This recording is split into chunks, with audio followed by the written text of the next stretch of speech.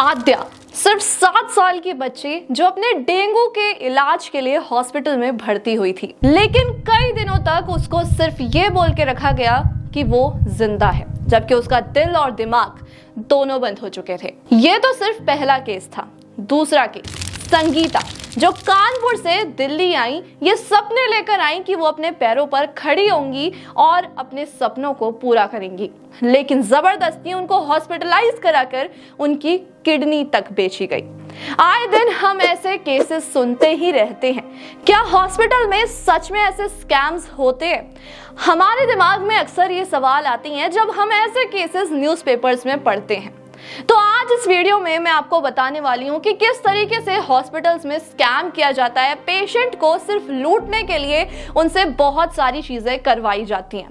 तो अगर आप भी ये जानना चाहते हो तो आपको क्या करना है, सबसे पहले तो इस वीडियो को पूरा देखना है, और हाँ, अगर आप हमारे चैनल पे न्यू हो तो चैनल को सब्सक्राइब भी करना है। अब यहाँ पर मैं आपको एक इंपॉर्टेंट इन्फॉर्मेशन देती हूँ। जब भी आप हॉस्पिटल में जाओगे तो आप एक चीज जरूर देखोगे कि आपको इधर से उधर भटकाया जाता है। सिर्फ एक जुकाम या फिर खांसी के लिए आपको 10 तो टेस्ट करा दिए जाते हैं। तो क्या सच में वो टेस्ट जेन्युइन होते हैं या फिर सिर्फ पैसा ऐंठने के चक्कर में कराए जाते हैं? तो आपको एक चीज बताती हूँ, इंडिया में 44% सर्जरीज फेक सर्जरीज होती हैं जो कि सिर्फ पैसे के लिए की जाती हैं। और एक रिपोर्ट के मुताबिक अगर मैं आपको बताऊं कि इनमें कौन कौन सी सर्जरीज कितने % फेक होती है तो वो भी डेटा है। हार्ट सर्जरीज 55% फेक होती हैं, यूटेरस सर्जरीज 44% फेक होती हैं, कैंसर सर्जरीज 47% फेक होती हैं और सी सेक्शन 48%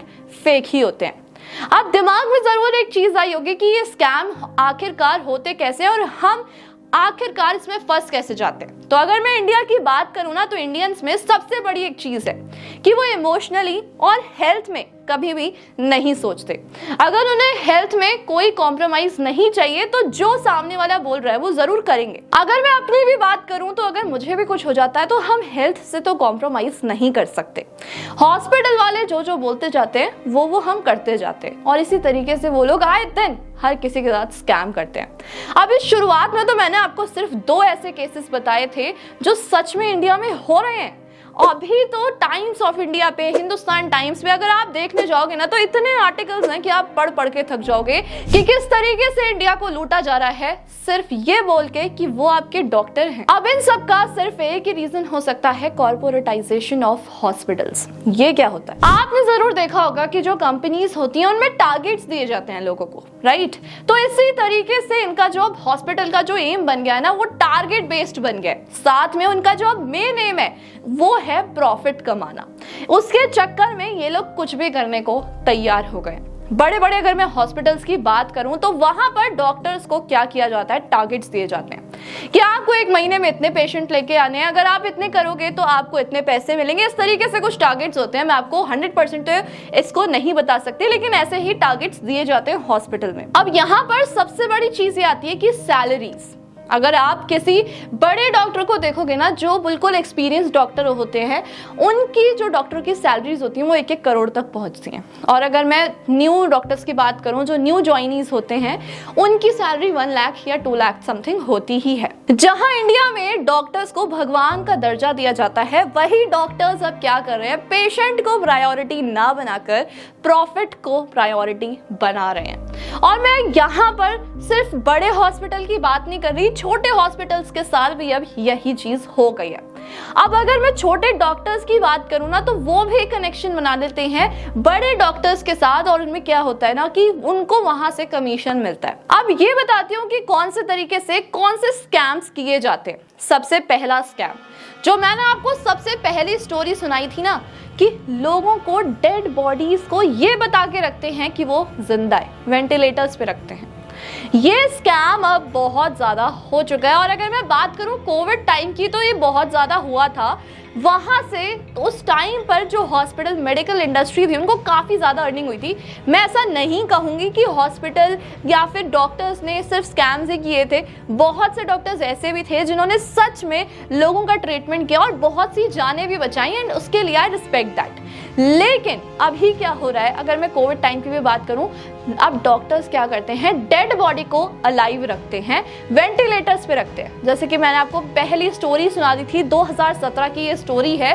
सिर्फ 7 साल की बच्ची हॉस्पिटल में थी और आपको पता है उसके पेरेंट्स को 12 से 15 लाख का बिल पकड़ा दिया गया। आप ये सोचो कि सिर्फ एक डेंगू के ट्रीटमेंट में इतना बिल बन सकता है, और इस बिल के बाद वो बच्ची क्या आई, डेड आई। तो आप खुद सोच सकते हो कि जो ऑलरेडी फाइनेंशियल प्रॉब्लम से इंसान गुजर रहा होगा, उसके लिए कितना बड़ा लॉस साबित हो सकता है। अब आते हैं दूसरे स्कैम पे। अभी तो हमने ये डिस्कस किया कि कैसे हॉस्पिटल स्कैम करते हैं। क्या आपको पता है कि आपकी इंश्योरेंस कंपनी भी आपके साथ स्कैम कर सकती है? जहां तक मुझे पता है कि 65% इंडियंस अंडर इंश्योर्ड है, यानी कि उन्होंने इंश्योरेंस पॉलिसी ले रखी है, लेकिन उसके बाद भी उनको इंश्योरेंस पॉलिसी से पैसा नहीं मिल पाता। इंश्योरेंस कंपनीज क्या करती हैं, वो लूप होल्स को यूज करती हैं। अब वो लूप होल्स को यूज कैसे करती हैं?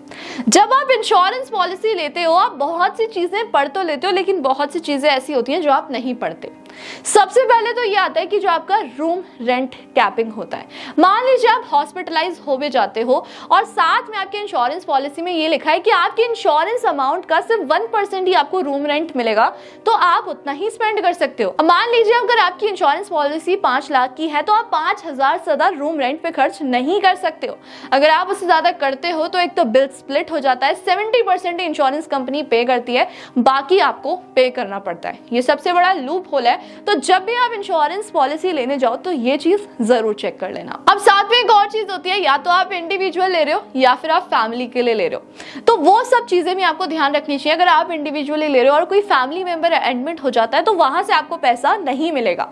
हो सकता है कि कंपनीज आपको ये सब चीजें नहीं बताएं, लेकिन आपको टर्म्स एंड कंडीशन हमेशा पढ़नी चाहिए।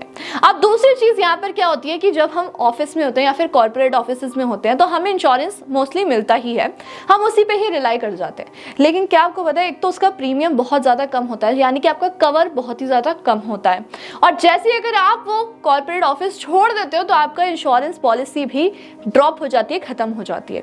तो वहां से भी आपको रिले नहीं करना चाहिए। अब यहाँ पर एक और बड़ा लूप होल आता है कि अगर आपके ऊपर कोई प्री एग्जिस्टिंग डिसीज है, मान लीजिए आपको डायबिटीज है, कुछ भी है फॉर एग्जाम्पल, तो ऐसी सिचुएशन में क्या होगा कि अगर आप उसका ट्रीटमेंट कराओगे तो वहां से इंश्योरेंस कंपनीज मना कर देती हैं कि हम इसका क्लेम नहीं देंगे। तो जब भी अगर आप इंश्योरेंस लो, अगर आपको कोई ऐसी बीमारी है तो आप प्लीज उनको बता दो।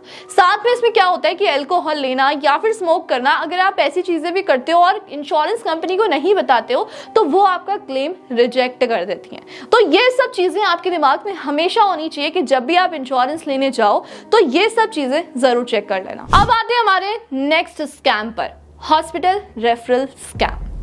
अब आपने देखा होगा कि जब भी आप किसी अपने प्राइवेट डॉक्टर के पास या फिर फैमिली डॉक्टर के पास जाते हो, तो वो आपको बड़े डॉक्टर के पास रिकमेंड कर देते हैं कि आप इनको जाके दिखाओ या फिर स्पेशलिस्ट को दिखाओ। तो आपको पता है कि उनको वहां पर रेफरल अमाउंट मिलता है। बिल्कुल सही। जब भी आप किसी डॉक्टर को दिखाने जाते हो और वो आपको रिकमेंड कर देते हैं कि आपको इस हॉस्पिटल में जाना चाहिए या फिर इनको दिखाना चाहिए, जितना ज्यादा वो रेफरल करते हैं, रेफरेंस देते हैं, उतना ज्यादा उनका अमाउंट होता है। अब आते हैं चौथे स्कैम पर। अभी मैंने आपको स्टार्टिंग में एक दूसरी स्टोरी सुनाई थी, वो इसी से रिलेटेड थी, ऑर्गन ट्रैफिकिंग। अब इंडिया में बहुत से हॉस्पिटल्स ऐसे हैं जो इलीगली ऑर्गन्स को बेचते हैं। अभी हाल ही में ये केस भी आया था जिसमें संगीता नाम की लड़की को दिल्ली ले जाया गया उसके हस्बैंड के फ्रेंड के थ्रू, और उन्होंने बोला कि वो दिल्ली में जॉब दिलाएंगे।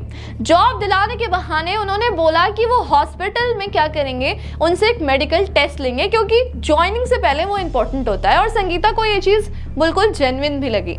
जब वो गई तो डॉक्टर्स ने उनके सामने सिर्फ एक वर्ड यूज कर लिया, जिस टोनर, वो वहीं से समझ गई कि किस तरीके से उनके साथ स्कैम हो रहा है। वो वहां से भाग गई, लेकिन फिर भी उनको पकड़ लिया गया और उन्होंने पुलिस में कंप्लेन भी की। और जब ये केस निकल कर आया तो दिखा कि उसमें पुलिस के लोग, पॉलिटिशियंस, डॉक्टर्स सब मिले हुए थे। तो आप सोच सकते हो कि कितने बड़े लेवल पर इस तरीके का स्कैम लोगों के साथ किया जा रहा होगा। और ये तो सिर्फ आपको मैंने एक केस बताया है, बहुत से ऐसे केसेस हैं जो आप पढ़ कर भी हैरान हो जाओगे किस तरीके से लोगों के ऑर्गन्स इलीगली बेचे जाते हैं। अब आप इस चीज से कैसे बच सकते हो? सबसे पहले तो मैं आपको ये रिकमेंड करूंगी कि यंग डॉक्टर्स की जगह आप सीनियर डॉक्टर्स के पास जाएं। मैं ये नहीं बोलूंगी कि सारे डॉक्टर्स ऐसे हैं, अभी भी बहुत से डॉक्टर्स ऐसे हैं जो जेन्युइनली लोगों की मदद करना चाहते हैं, सिर्फ 4 से 5 रुपए लेते हैं पर ट्रीटमेंट। मैं ये भी नहीं बोलूंगी कि इतना ही लेना चाहिए, बट हाँ, इस तरीके का स्कैम तो नहीं करना चाहिए। अगर आप सीनियर डॉक्टर्स को दिखाते हो तो वहां से आपको एक तो जेन्युइन एडवाइस भी मिल सकती है और वहां पे आप इस स्कैम से भी बच सकते हो। अब दूसरी चीज आप क्या कर सकते हो, आपको हमेशा हायरार्की ही फॉलो करनी चाहिए। जैसे कि अगर आपको सिर्फ खांसी जुकाम है तो पहले आप किसी MBBS डॉक्टर को ही दिखाओ। अगर आप डायरेक्ट किसी सर्जन को दिखाओगे तो सर्जन आपको सर्जरी ही सजेस्ट करेगा। और साथ में भी मैंने आपको बताया था कि इंश्योरेंस पॉलिसी लेते वक्त ना भी चीजों को आपको ध्यान रखना है, क्योंकि फिर बाद में ना क्लेम मिलने में बहुत ज्यादा दिक्कत होती है। तो सारी चीजें आपको एक बार चेक कर लेनी चाहिए। आज की ये वीडियो आपको कैसी लगी तो मुझे कमेंट बॉक्स में जरूर बता देना, और ऐसी वीडियोस के लिए हमारे चैनल को सब्सक्राइब करना और बेल आइकन को प्रेस करना बिल्कुल मत भूलना। Thank you so much.